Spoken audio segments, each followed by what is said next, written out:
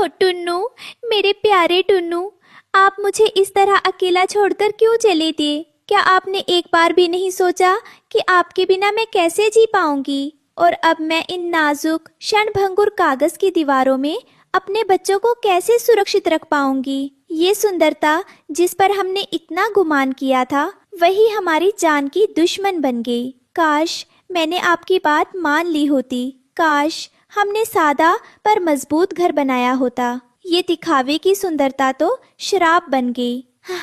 कुछ दूर जंगल में इंसानों ने आग जलाई थी। कालू कौवा वहाँ से एक सुलगती हुई चिंगारी वाली लकड़ी अपनी चोंच में उठा लाया। टुन्नू तो गया, अब इस कचरे के ढेर को भी साफ कर देता हूँ।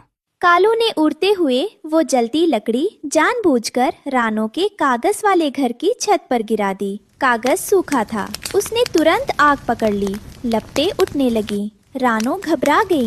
आग! मेरे बच्चे! रानो ने अपनी जान की परवाह नहीं की। उसने एक एक करके तीनों अंडों को अपनी पीठ पर लादा और जलते घर से बाहर सुरक्षित डाल पर पहुंचाया। इस कोशिश में उसके पंख बुरी तरह झुलस गए। देखते ही देखते टुन्नू का बनाया महल राख हो गया। धू-धू की आवाज से हरियाली तोती और हरिया की आँख खुल गई और उसने तुरंत खिड़की से बाहर झांका।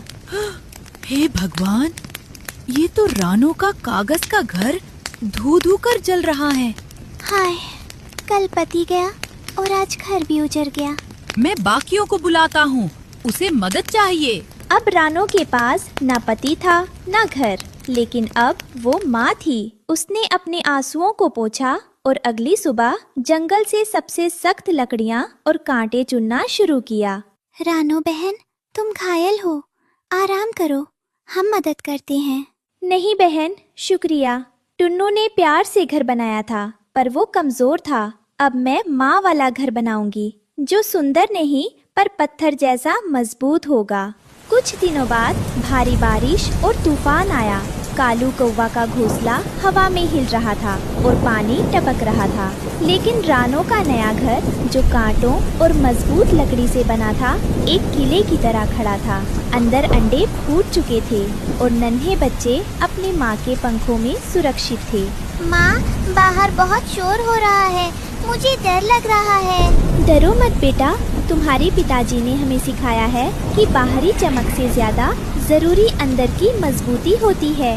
हम यहाँ सुरक्षित हैं। रानो की आंखों में टुन्नू की याद थी और दिल में एक सुकून कि उसके बच्चे सुरक्षित हैं।